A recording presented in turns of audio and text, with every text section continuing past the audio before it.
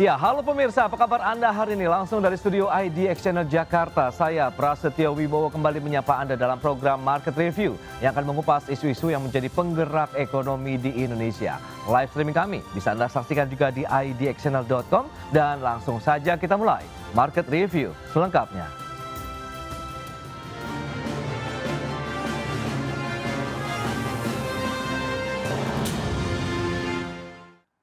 Bank Indonesia kembali menurunkan suku bunga acuan sebesar 25 basis poin menjadi 5% di bulan Agustus 2025 dan penurunan suku bunga acuan tersebut tentu menjadi angin segar bagi ekonomi digital di tanah air.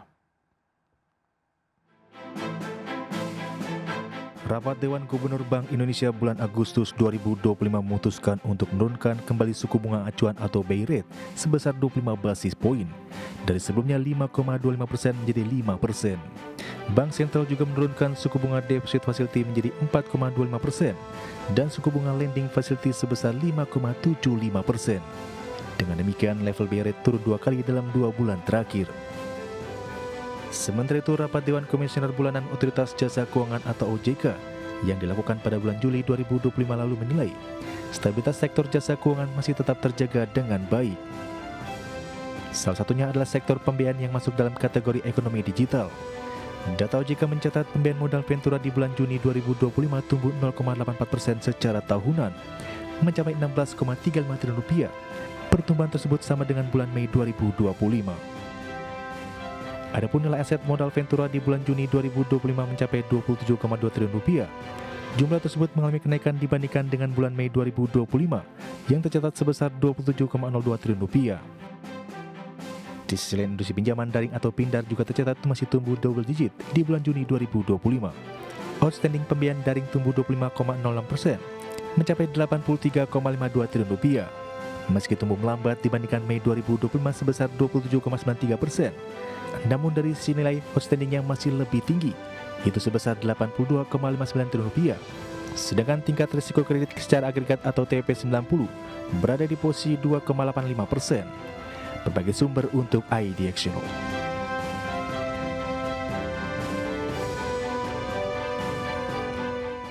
Ya, pemirsa, untuk membahas tema kita kali ini, strategi ekonomi digital manfaatkan tren suku bunga rendah, kita sudah tersambung melalui Zoom bersama dengan Mas Tesar Sandikapura. Beliau adalah Ketua Umum Indonesia Digital Empowering Community. Kemudian juga ada Mbak Rani Septia. Beliau adalah peneliti ekonomi digital Celius. Langsung saja kita sapa nih. Halo Mas Tesar, apa kabar? Salam sehat Mas Pras. Baik, terima kasih atas waktu yang disempatkan. Mbak Rani, apa kabar?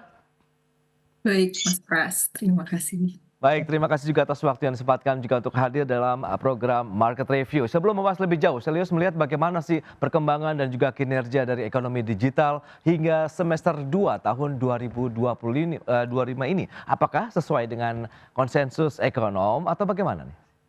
Ya, jika dilihat sampai masuk dari semester 1 dan sekarang mau masuk semester 2 di 2025 ini gambarnya cukup jelas ya. Jadi mesin konsumsi digital itu masih menyala, di hulu Oke. transaksi via e-money, QRIS itu mencapai 579 triliun. Jadi di sini tetap kencang, dan juga menjadi bantalan, belanja harian dari retail, F&B, hingga, transaksi di layanan publik. Arus transaksi ini terjaga ya meskipun dompet rumah tangga sedang mengetat. Nah, Oke. transportasi darat jika kita lihat itu juga pulih bertahap seiring dengan mobilitas kembali bekerja dan juga sekolah. Nah, sedangkan di online travel itu pemesanan biasanya akan meningkat seiring dengan menuju akhir tahun. Nah, jika kita lihat tadi sementara itu di pinjaman daring outstanding-nya meningkat ya sekitar 25% year on year. Dan kemudian TWP-nya juga turun dibandingkan tahun lalu dan juga dibandingkan bulan lalu. Di sini menandakan kebutuhan likuiditas, adanya kebutuhan likuiditas oleh rumah tangga, khususnya di tengah tahun itu memasuki tahun ajaran baru. Jadi di sini ekonomi digital masih tumbuh ditopang dengan payment dan juga pembiayaan gitu. Oke, payment kemudian pembiayaan menjadi penopang. Nah, tadi juga sudah disebutkan Bank Indonesia nih dalam 2 bulan terakhir menurunkan terus begitu dari suku bunga acuannya BI rate begitu. Apakah Anda melihat lagi-lagi ini masih bisa menjadi booster begitu untuk ekonomi digital kita ke depannya, Mbak Rani? Ya, memang Hmm. pemangkasan BI rate 25 basis poin Hmm. menjadi 5% di sini merupakan dorongan positif ya untuk Oke. ekonomi digital. Keputusan ini juga diambil saat inflasi itu sebenarnya masih, jinak begitu ya, masih, Hmm. tidak terlalu tinggi. Di sini BI juga ingin memberikan dukungan kepada pertumbuhan. Nah, ketika bunga acuan turun dan bank dan pelaku usaha itu memiliki peluang untuk menurunkan biaya pinjaman. Di sini itu akan meringankan modal kerja dan juga belanja bagi pelaku digital sehingga membuat cicilan seperti kredit, kemudian credit card, kemudian pay later itu lebih terjangkau. Jadi kemungkinan akan mendorong belanja online. Nah, di sini juga pipa transmisinya sudah siap ya. Ada begitu. Jadi QRIS itu kan transaksinya sudah cukup besar dan Oke. penggunaannya menembus eh, lima lima 57 juta, Hmm. 570 juta pengguna ya.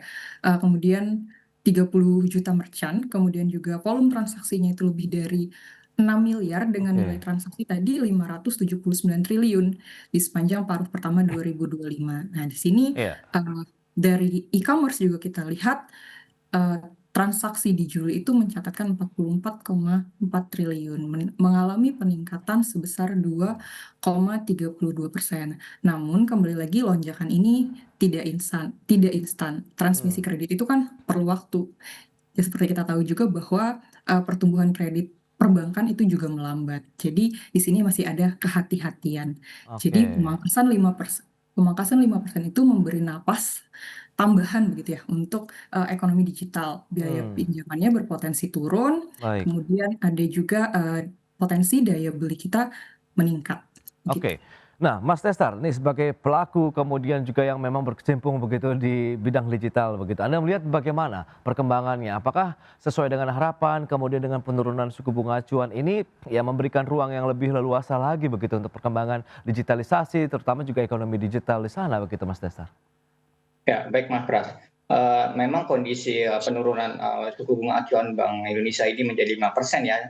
Sebelumnya mungkin 5,4, 5,2, sekarang 5% itu memang belum berdampak langsung dengan terutama di sektor digital startup gitu ya. Oke. Karena sebenarnya kalau saya lihat data untuk dunia startup sebenarnya masih tech winter gitu ya. Kalau misalnya kita bandingkan dari 2024 sampai 2025 sebenarnya masih ada penurunan tanda kutip investor masuk ke dalam dunia digital startup, terutama di mana startup yang masih tidak profitable. Jadi sekarang bisa dibilang modal Ventura atau VC itu sekarang lebih berfokus kepada pendanaan awal atau pre-series yang di mana startup-startup ini memang sudah ada angka-angka yang terlihat profit gitu ya. Jadi Oke. sepertinya startup-startup yang bakar uang sudah mulai ditinggalkan oleh para modal Ventura. Seperti itu Mas Pras.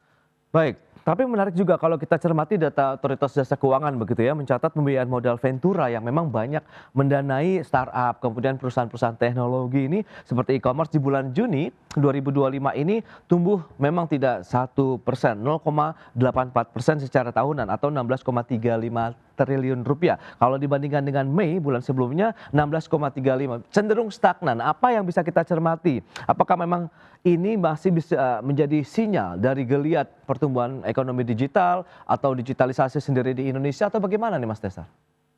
Iya, karena kalau saya lihat modal venture ini sekarang sangat berhati-hati kepada Hmm. startup-startup yang tanda kutip bisa terjadi fraud ya. Seperti kita Oke. tahu ya beberapa startup terakhir banyak terjadi fraud sehingga modal venture sekarang benar-benar melihat buku gitu ya laporan keuangan di mana jangan sampai kejadian-kejadian di startup-startup sebelumnya yang sudah dianggap besar malah jatuh tiba-tiba karena ada kasus di dalam. Jadi menurut Oke. saya sekarang modal venture cukup berhati-hati sehingga ya saya lihat kecenderungan malah sebenarnya turun ya kalau dari 2024 ke 2025 kalau secara total ini turun hampir 50% Mas sebenarnya kalau dari total ya. Sehingga Oke. sekarang modal venture lebih berfokus kembali kepada pre-series gitu ya, bukan kepada series A atau series B. Karena mereka lebih mau lihat dulu pendanaan-pendanaan kecil, kalau berhasil baru mereka mulai masuk ke pendanaan yang lebih besar. Seperti itu Oke, Mas Pras. baik baik. Kita akan lebih jauh lagi nanti melihat seperti apa begitu. Apakah perkembangan ini menjadi satu hal yang perlu dicermati begitu dengan ekonomi domestik yang juga setengah menjadi fokus begitu untuk di-boosting lagi begitu, didorong lagi lebih jauh. Kita akan bahas nanti di segmen berikutnya Mas Desan Mbak Rani. Kita akan jeda dulu sebentar.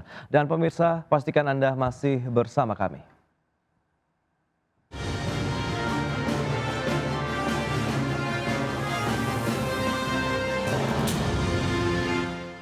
Ya, terima kasih Anda masih bergabung bersama kami dalam Market Review pemirsa. Dan berikut ini kami akan sampaikan data terkait dengan pergerakan dari BI Rates. Kita akan cermati seperti apa begitu ya tren dari suku bunga acuan Bank Indonesia. Ini dia dari Desember 2024, kemudian kita cermati pergerakannya sampai dengan bulan Agustus terakhir di sempat 6% begitu level suku bunga acuan kita, kemudian turun 5,75% dan bertahan dalam 4 bulan terakhir. Kemudian di bulan Mei 2025 Bank Sentral menurunkan 25 basis point menjadi 5,5% dan bertahan dalam 2 bulan sampai dengan Juni. Kemudian di bulan Juli diturunkan lagi menjadi 5,25% dan Agustus turun menjadi 5%. Itu dia tren cenderung turun untuk BI Rate. Dan selanjutnya kita akan cermati dari sisi pembiayaan modal Ventura. Ini per Juni 2025 seperti apa kinerjanya?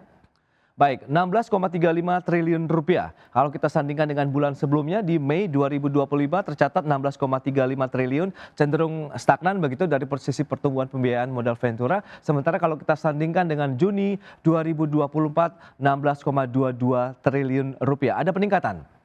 Itu dia. Selanjutnya bagaimana dengan outstanding dari pembiayaan pinjaman daring? Ini juga data per Juni 2025.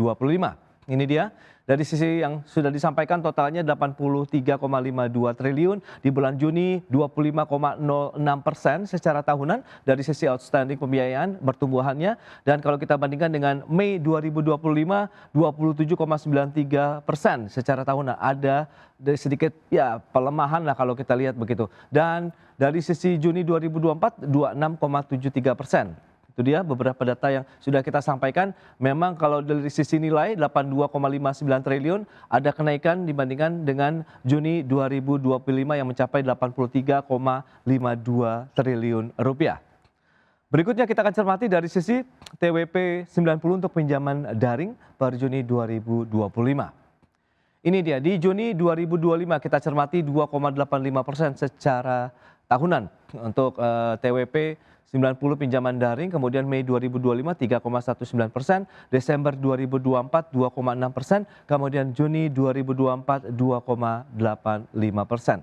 Itu dia beberapa data yang kami sudah sampaikan. Kita akan lanjutkan kembali perbincangan bersama dengan Mas Desar Sandikapura, kemudian juga Mbak Rani Septia.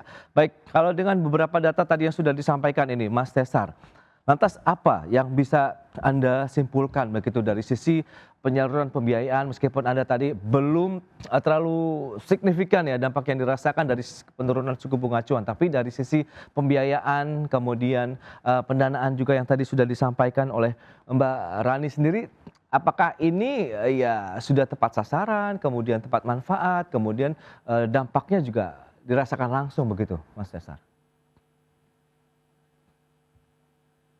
Ya, silakan Mas Desar.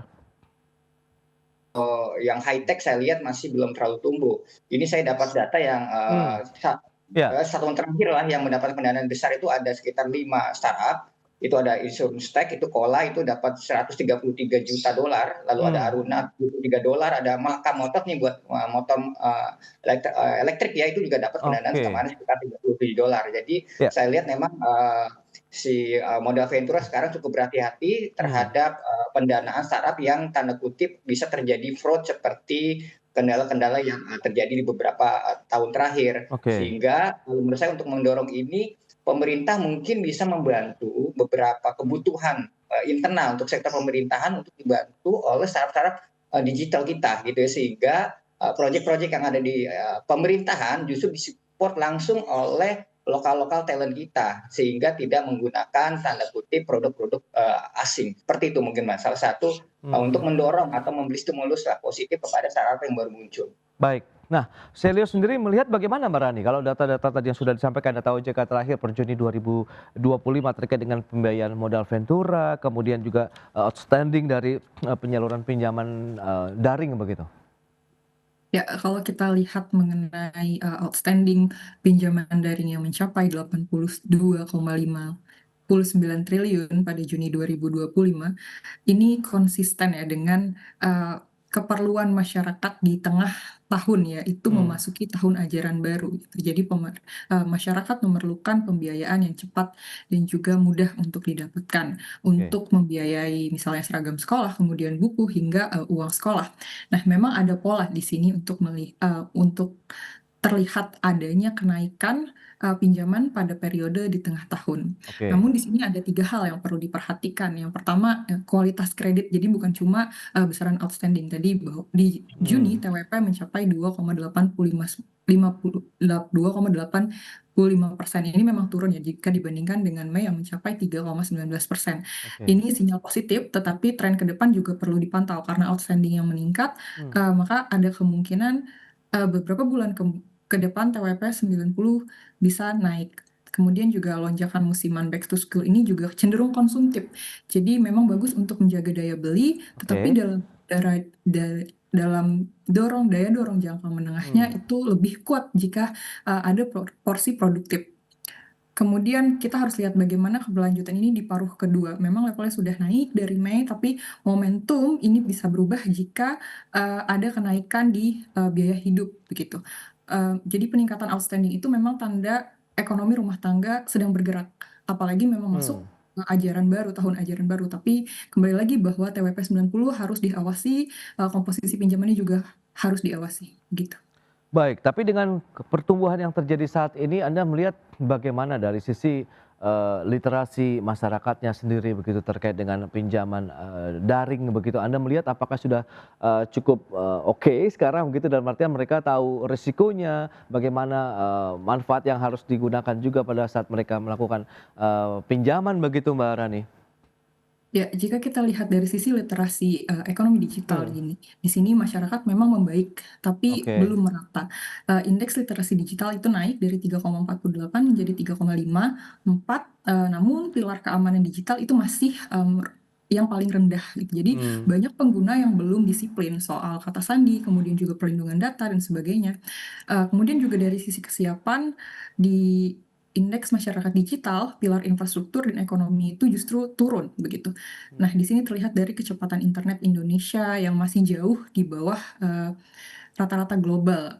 Nah, di sini itu Oke. ada kemungkinan untuk menghambat pengalaman belajar, kemudian juga kerja dan transaksi digital pada beberapa daerah.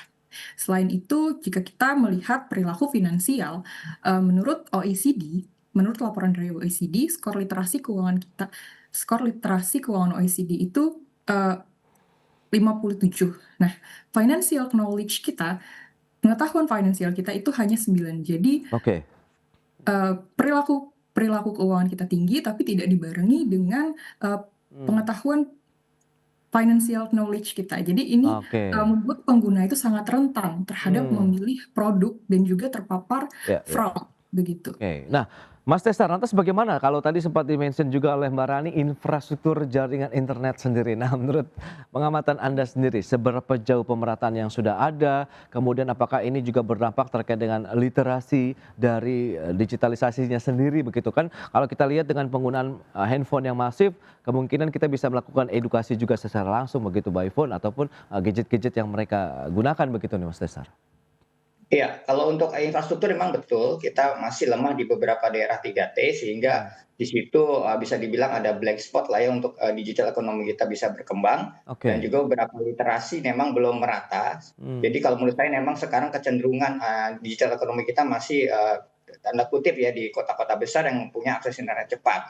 Tapi di lain sisi, walaupun juga di kota besar, sekarang malah justru kita melihat banyak sekali isu-isu tentang digital security ya, artinya keamanan data gitu ya, yang sekarang juga banyak terjadi social engineering, banyak juga tanda kutip ya mungkin generasi milenial mungkin atau baby boomers yang belum terlalu paham terhadap digital security awareness ini, sehingga banyak sekali fraud yang bisa diakali oleh para pihak ketiga, sehingga bisa dibilang malah keamanan data ini menjadi salah satu faktor penghambat gitu ya untuk beberapa orang gitu ya untuk melakukan tanda kutip penjualan atau pembelian di level aplikasi seperti itu, Mas. Baik, baik. Nah, ini menarik kalau kita akan cermati lantas sejauh dan seberapa cepat sih transmisi dari penurunan suku bunga acuan terkait dengan suku bunga pinjaman nih untuk layanan keuangan digital. Kita bahas nanti di segmen berikutnya. Kita akan jeda sebentar Mas Tesar Barani. Dan pemirsa, kami akan segera kembali usai pariwara berikut ini.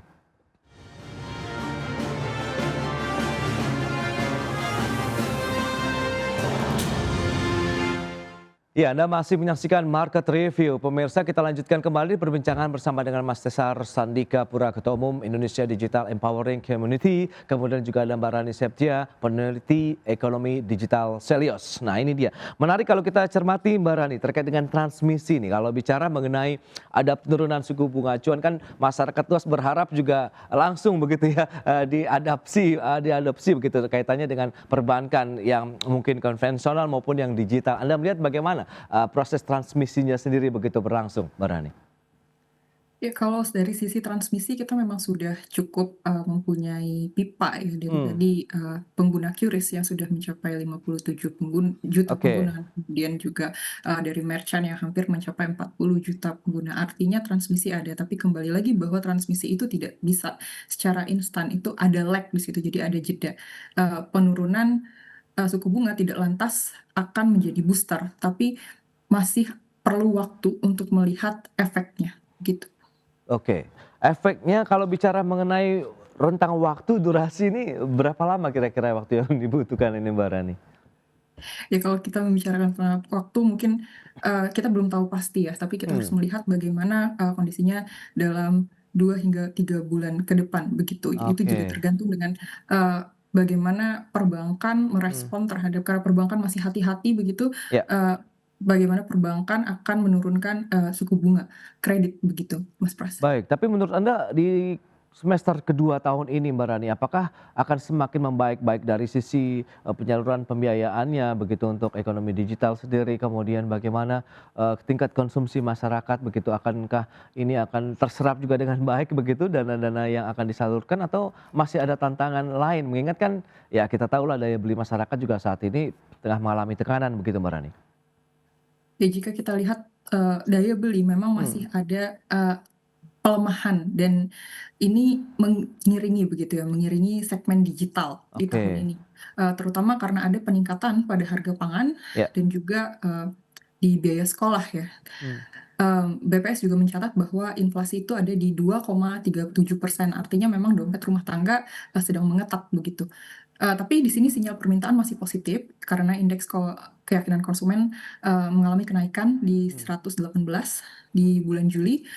Kemudian juga pipa tadi sudah siap begitu ya. melalui, adopsi pembayaran QRIS, jadi konsumsi digital akan cenderung bertahan.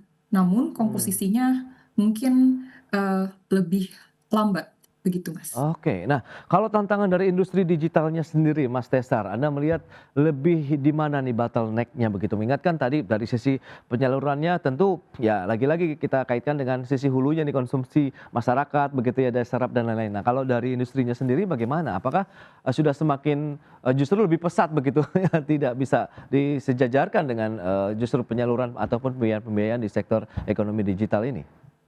Iya, betul Mas Pras. Jadi sebenarnya kalau untuk, digital startup atau UMKM yang berbasis digital ini tidak, Hmm, berimpak langsung kepada mereka gitu ya, karena oke, sebenarnya penurunan suku bunga ini lebih banyak nanti membantu retail gitu ya, consumer dan juga beberapa kredit-kredit, perbankan gitu ya. ya. Sedangkan kalau digital startup mungkin pendanaannya lebih banyak nanti di model Ventura.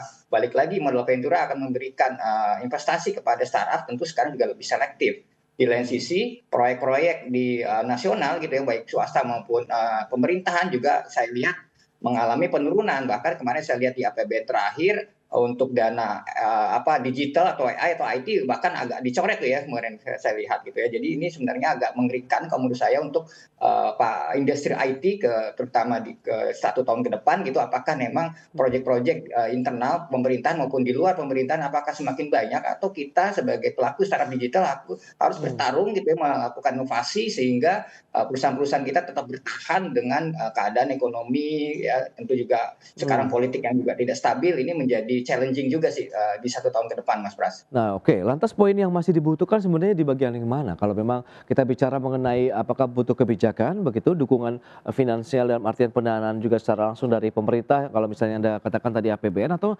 seperti apa sehingga ekosistem digital juga akan semakin bertumbuh, semakin baik, semakin saling bersinergi begitu?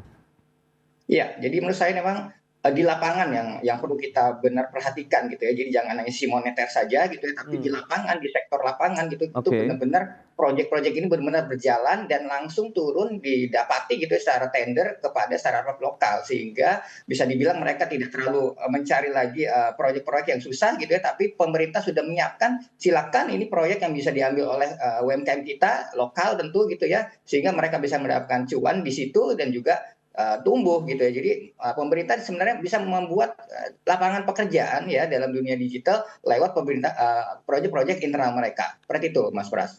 Baik baik. Nah, dengan tantangan yang seperti sudah disampaikan dari sisi infrastrukturnya, kemudian bagaimana dengan, kemampuan daya beli masyarakatnya, Seleo sendiri melihat bagaimana proyeksi di tahun, 2025 inilah paling tidak begitu. Apakah, ya perkembangannya akan semakin membaik begitu, cenderung positif begitu, atau lebih akan tetap menang di bagian yang kalau kita bicara mengenai ekonomi yang konvensional misalnya?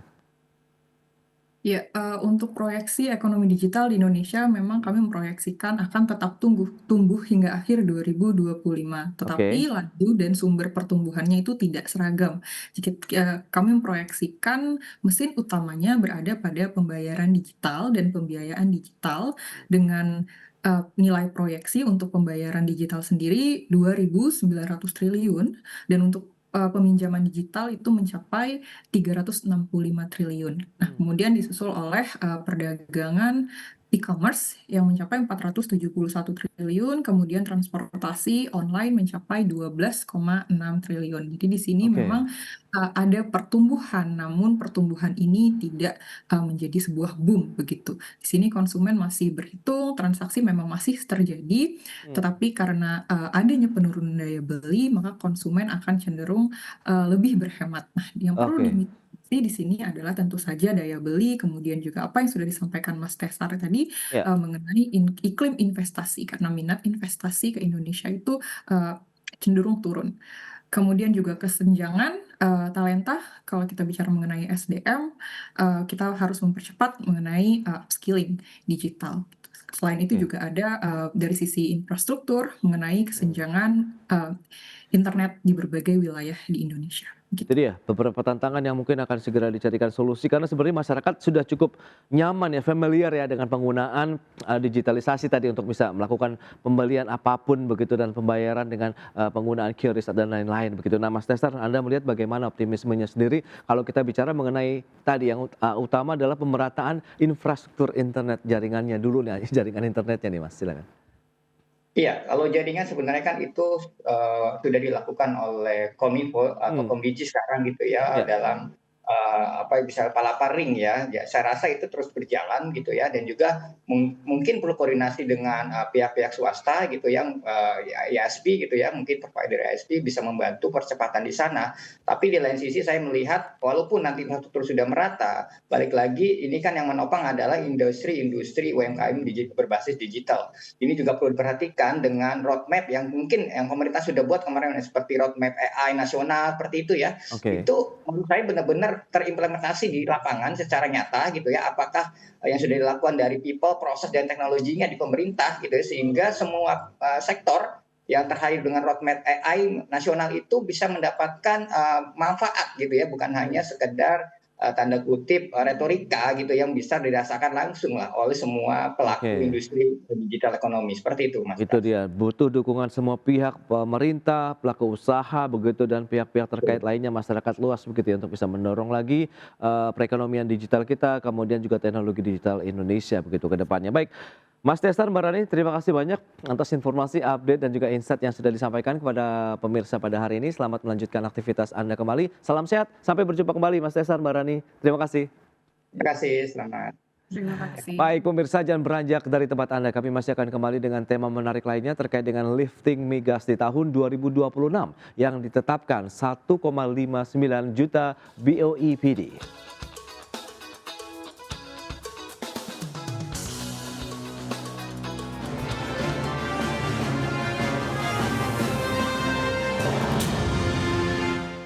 Ya, pemerintah menargetkan lifting migas sebesar 1,59 juta barrel setara minyak per hari di tahun 2026 mendatang. Pemerintah juga mematok cost recovery kegiatan hulu migas sebesar 8,5 miliar dolar Amerika Serikat di tahun 2026.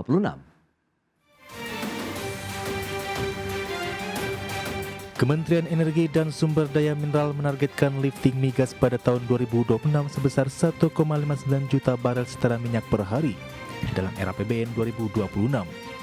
Menteri SDM Bahlil Lahadalia memaparkan target tersebut terdiri dari lifting minyak bumi sebesar 610.000 barel per hari dan lifting gas bumi sebesar 984.000 BOPD. Dengan melihat perkembangan lifting kita sekarang yang ada, maka untuk lifting migas kita mencanangkan sekitar 1.594.000 BOPD. Kemudian, itu gabungan ya, lifting migas ya. Bahlil menyampaikan target tersebut setelah memantau perkembangan harga minyak dunia dan kondisi lifting nasional, di mana pemerintah memproyeksikan Indonesia crude price pada tahun 2026 berada pada level $70 Amerika per barel. Di sisi lain, pemerintah juga mencanangkan cost recovery atau pengembalian biaya investasi untuk kegiatan hulu migas pada tahun 2026 sebesar 8,5 miliar dolar Amerika Serikat. Angka ini tidak jauh berbeda dengan realisasi cost recovery pada tahun 2024. Dari Jakarta, Tim Liputan IDX Channel. Baik pemirsa, untuk membahas tema kita kali ini, lifting migas 2026 ditetapkan 1,59 juta BOEPD. Kita sudah tersambung melalui Zoom bersama dengan Mas Mose Rizal. Beliau adalah Ketua Komite Investasi Asosiasi Perusahaan Minyak dan Gas Nasional Aspermigas. Langsung saja kita sapa ini. Halo Mas Mose, apa kabar? Mas Pras, terima kasih undangannya Mas Pras. Baik, terima kasih juga atas waktu yang disempatkan Mas Mose. Sebelum membahas lebih jauh seperti biasa, kita akan review terlebih dahulu bagaimana nih kinerja lifting migas kita begitu di sepanjang tahun 2025 ini. Apakah memang sudah sesuai harapan pelaku usaha? Kemudian pemerintah juga kan belakangan ini cukup sumringah nih dengan kinerja lifting migas kita begitu Mas Mose. Iya, jadi kalau kita lihat informasi-informasi dari SKK Migas ya maupun dari kementerian, itu kita lihat kemungkinan besar ini masih belum akhir tahun ya. Oke. Jadi kan kita lihat nanti rata-ratanya seperti apa kinerja lifting migas maupun gasnya. Jadi minyak dan gas ya. Yeah. Kalau minyak itu kemungkinan mungkin ya ini bisa lebih dari 600.000 barrel BOPD. Ya, which is bisa melewati dari target. Tapi gas itu kemungkinan yang mungkin bisa mengkhawatirkan di mana tidak mencapai target. Ya, tapi ini sekali lagi ini kita baru bulan Agustus ya. Kita lihat nanti sampai akhir tahun ini dan nanti rata-ratanya seperti apa. Ya, jadi kita harapkan ya memang performance-nya untuk bisa lebih baik dari tahun lalu, tapi ya itu lagi tergantung dari K3S-nya, tergantung juga dari pemerintah dan lain sebagainya. Ya, kita lihat saja nanti ya. Baik, bergantung kepada K3S dan juga pemerintah. Nah, kalau kita bicara mengenai faktor-faktor atau mungkin hal-hal yang menjadi pemicu begitu dari sisi aktivitas kegiatan lifting migas kita di tahun 2025 ini seperti apa? Apakah kondisinya lebih baik lagi, tantangannya tidak sebanding dengan tahun sebelumnya, atau bagaimana nih kalau kita lihat realisasi ataupun realitanya di lapangan begitu, Mas Mose? Kalau dibilang tantangan masih sama. Kalau kita lihat dari secara global juga kondisi sektor migas secara global juga masih tertekan. Oke. Ya, masih ada isu yang diiming-imingi oleh IAE tahun lalu di mana laporannya menunjukkan bahwa akan ada peak ya di 2029. Itu masih tetap sama. Ya, kita lihat permintaan dari Cina itu sudah mulai menurun dan permintaan Cina itulah yang akan mendrive atau memberikan arahan untuk sektor migas ini seperti apa dari sisi permintaan.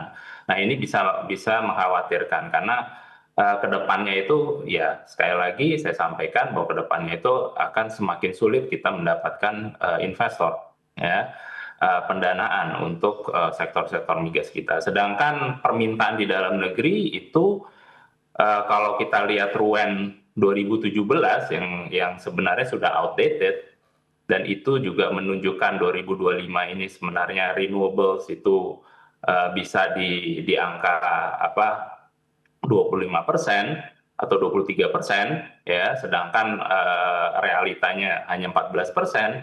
Itu saja 2050 permintaan migas di dalam negeri itu masih meningkat, ya, tidak menurun. Walaupun secara persentase itu menurun, tapi secara volume itu terus meningkat.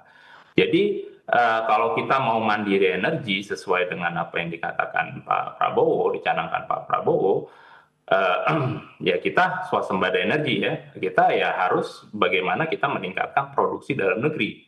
Mau produksi itu di hulu ataupun di hilirnya. Nah, itu yang harus terus didorong oleh pemerintah, dan bagaimana kita menciptakan iklim investasi yang benar-benar ramah dan bisa bersaing dengan negara-negara lain, karena nggak cuma Indonesia nih yang cari investor, negara lain pun juga cari investor kan, nggak cuma Indonesia yang kasih insentif, negara lain pun kasih insentif gitu. Jadi ini yang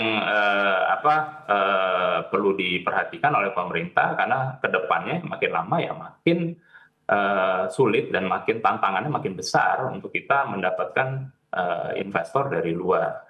Sedangkan di Indonesia ini sektor migas itu masih membutuhkan investor dari luar. Jadi itu yang mesti kita pantau dan kita perhatikan, dan bagaimana kita meningkatkan iklim investasi ini. Oke, nah pandangan Anda terkait dengan penerbitan dari Permen SDM nomor 14 nih tahun 2025. Kita tahu ini tentang kerjasama pengelolaan bagian wilayah kerja untuk peningkatan produksi migas kita begitu. Berarti kan memang ada sumur-sumur masyarakat begitu yang nanti akan mungkin kita tahu dilegalkan, diberikan izin kegiatannya sendiri dan kepastian hukumnya. Menurut Anda bagaimana? Apakah ini menjadi solusi juga begitu untuk kita bisa mengejar target lifting migas kita atau minyak begitu, Mas Mose? Oke, menurut saya tidak, sama sekali tidak. Jadi kita lihat fakta di lapangan, ya, di mana sudah ada tahun 2008 itu keluar permen namanya Sumur Tua untuk kerjasama angkat angkut. Ya, kita lihat implementasinya juga tidak sesuai dengan harapan. Ya, itu juga terkait yang dibilang tadi sumur masyarakat, gitu kan. Nah, kita lihat setiap tahun fakta di lapangan adalah kondisi keselamatan dan kondisi lingkungannya sangat mengkhawatirkan. Ya, setiap tahun ada yang meninggal, ya, ada yang kebakar. Insiden itu sudah sering terjadi di sumur-sumur yang dibilang masyarakat, ya, dan juga lingkungan di sekitarnya juga sangat-sangat mengkhawatirkan. Ya, nah. Ini kan memang harus istilahnya dibina atau istilahnya dibenarkan lah, ya, harus di clean up istilahnya dari sisi bagaimana masyarakat ini diprotek atau diselamatkan, jangan sampai dia ada isu-isu keselamatan lagi, dan lingkungan juga harus dijaga, ya.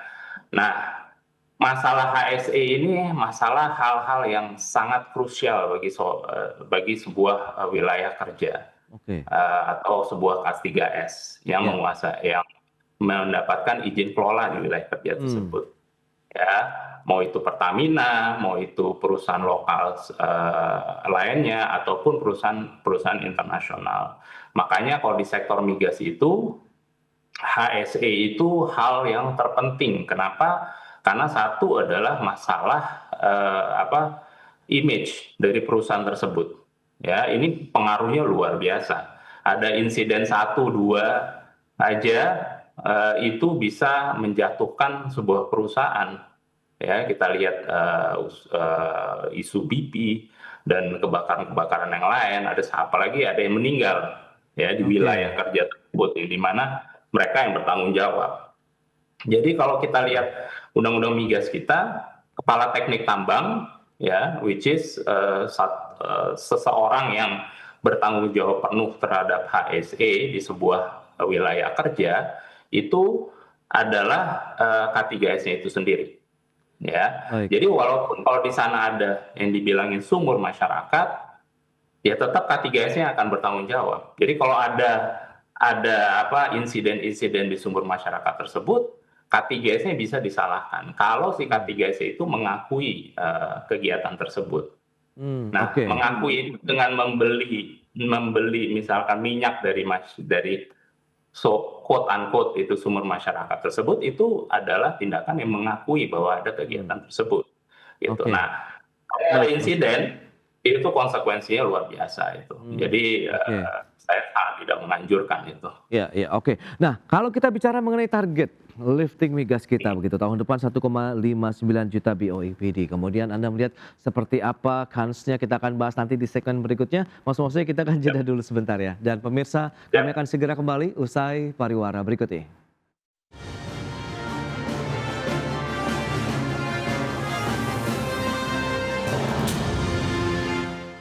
Ya, Anda masih menyaksikan Market Review pemirsa, dan kembali kami akan sampaikan data untuk Anda terkait dengan lifting migas kita begitu. Kita akan cermati bersama. Ini dia lifting migas nasional kita. Kita akan cermati bersama untuk realisasi di tahun 2024 mencapai 1,55 juta BOEPD. Kemudian outlook di tahun 2025 ini targetnya mencapai 1,596 BOEPD. Sementara kita lihat dalam RAPBN di tahun 2026 mendatang dipatok sekitar 1,594 BOEPD. Itu dia untuk beberapa data terkait dengan lifting migas kita ya di tahun 2026. Dan kita akan cermati bersama dari PNBP subsektor migas kita lihat di tahun 2020, 2021, 2022, kemudian sampai dengan 2024 ini sempat mencapai level yang tertinggi untuk PNBP ya, subsektor migas kita di 148,5 triliun rupiah ini di tahun 2022. Sementara di tahun 2023 kemudian sampai dengan 2024 cenderung turun dari 117 triliun kemudian 110,9 triliun rupiah. Itu dia untuk PNBP kita. Dan selanjutnya kita akan cermati bersama terkait dengan investasi subsektornya. Ya, ini juga tidak jauh berbeda dengan tadi 2020 13,1 triliun, 14,7 triliun, 2021, 2022 ada sedikit penurunan 13,9 triliun, kemudian kita lihat di 2023 14,9 dan tahun 2024 kemarin menjadi 17,5 triliun rupiah begitu. Dan kita akan lanjutkan kembali perbincangan bersama dengan Mas Mose Rizal. Dan ini menarik dengan beberapa data tadi yang sudah disampaikan, dan di segmen ini pemirsa sudah bergabung juga ini narasumber kita, ini ada Profesor Tumiran begitu ya. Kita akan sapa langsung saja. Halo Prof, apa kabar? Alhamdulillah sehat-sehat. Pak, terima kasih ya atas waktu yang disempatkan Prof Tumiran. Dengan Mas Rizal juga ini. Yes, ya. Beliau adalah anggota Dewan Energi Nasional 2009-2019. Itu dia tadi beberapa data sudah kita bahas, kemudian kita sudah membahas terkait dengan bagaimana sih tantangan-tantangan yang masih dihadapi industri migas nasional dengan target 1,59 juta BOEPD bentuk migas kita di tahun 2026. Nah, kalau Prof Tumiran sendiri mereview bagaimana Anda melihat sektor migas kita begitu hingga saat ini, kemudian bagaimana kans kita untuk bisa menggapai target 1,59 BOEPD untuk migas kita di tahun 2026 ini Prof? Ya kalau ditanya itu biasanya kalau punya planning kan sudah ada rencana strategik ya Mas ya.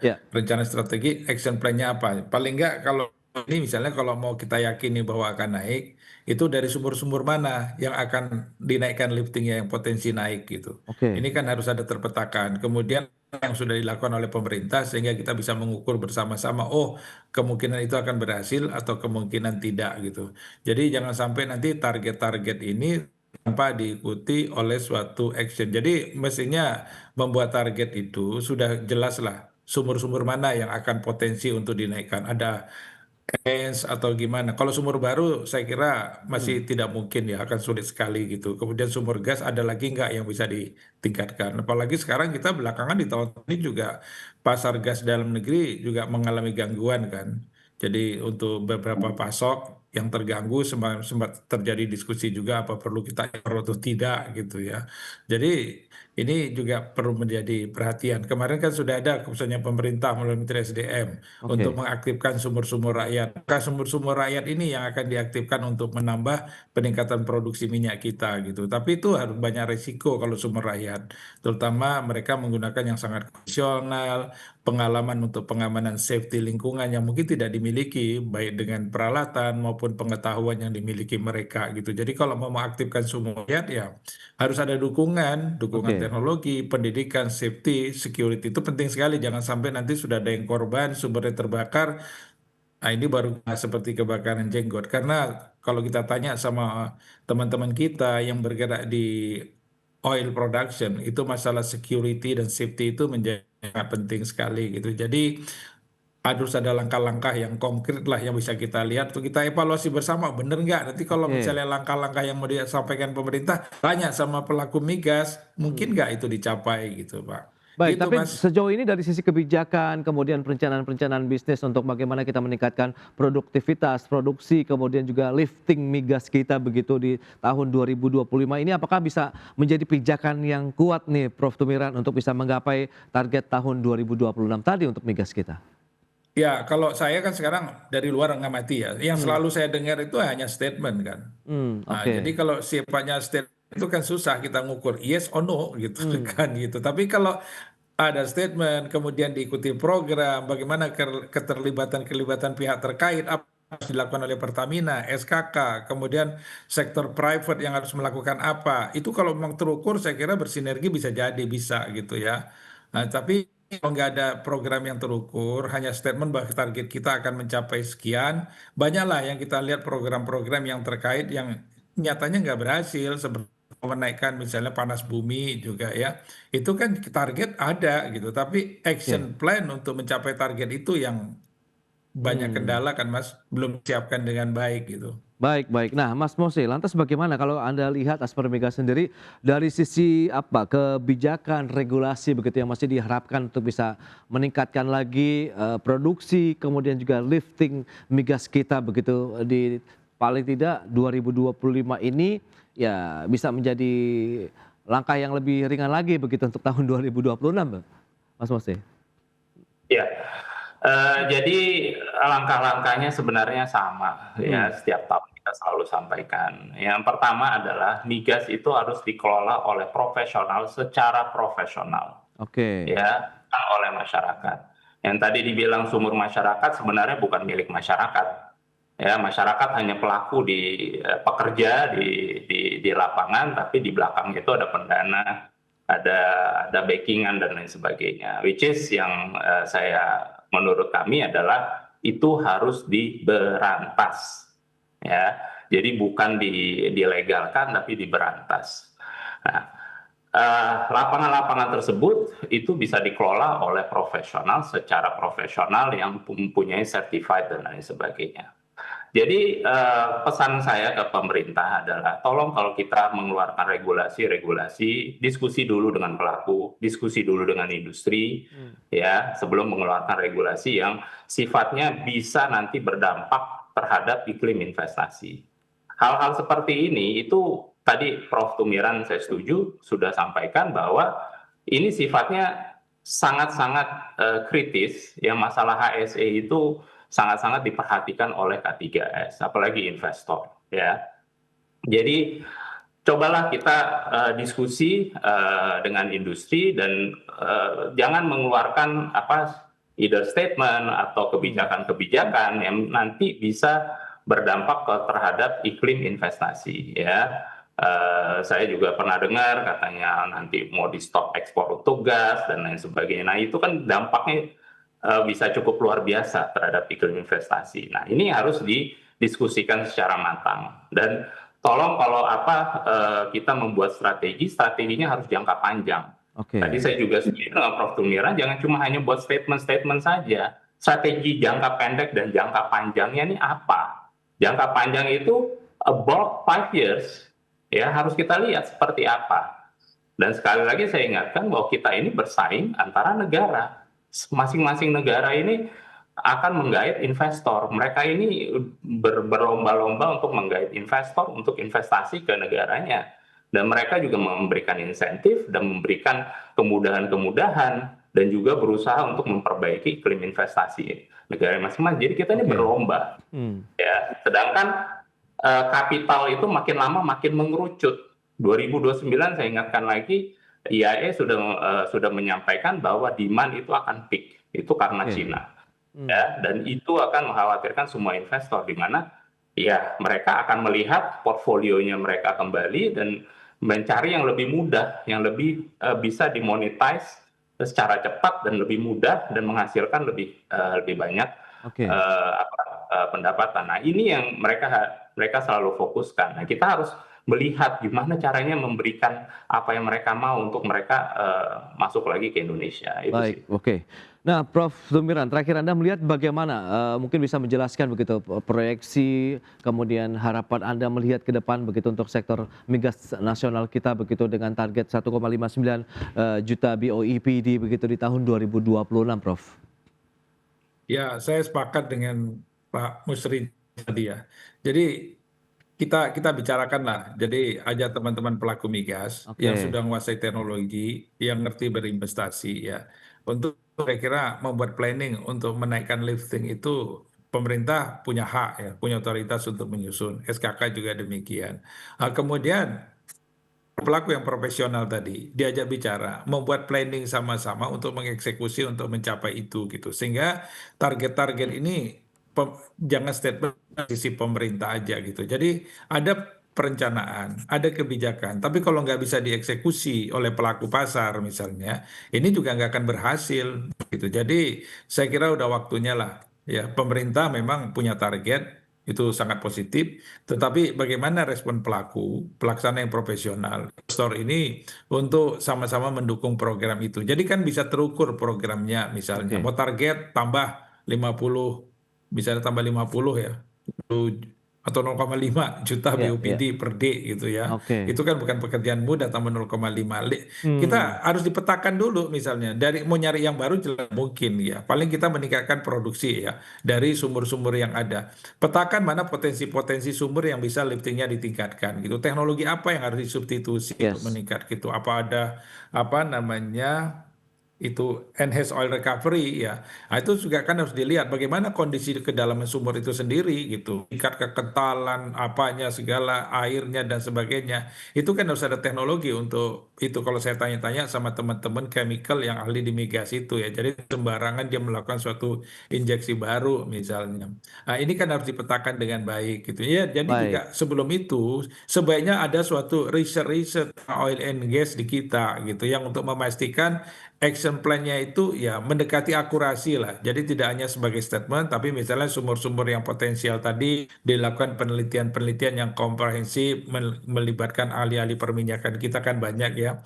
Untuk sama-sama mengukur, mengerjakan bersama sehingga decision itu didukung oleh data-data pun hasil riset sebelumnya gitu.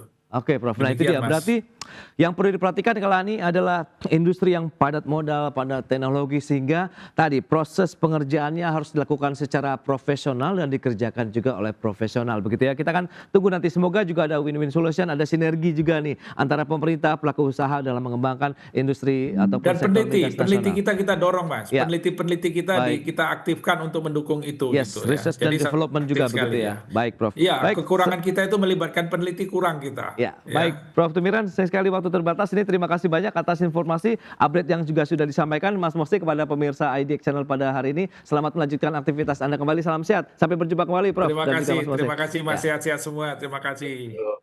Baik pemirsa, 1 jam sudah saya menemani Anda dalam Market Review dan perbaharui terus informasi Anda hanya di IDX Channel, your trustworthy and comprehensive investment reference. Karena urusan masa depan harus terdepan, aku investor saham. Saya Prasetyo Wibowo beserta seluruh kerabat kerja yang bertugas pamit undur diri. Terima kasih, sampai jumpa.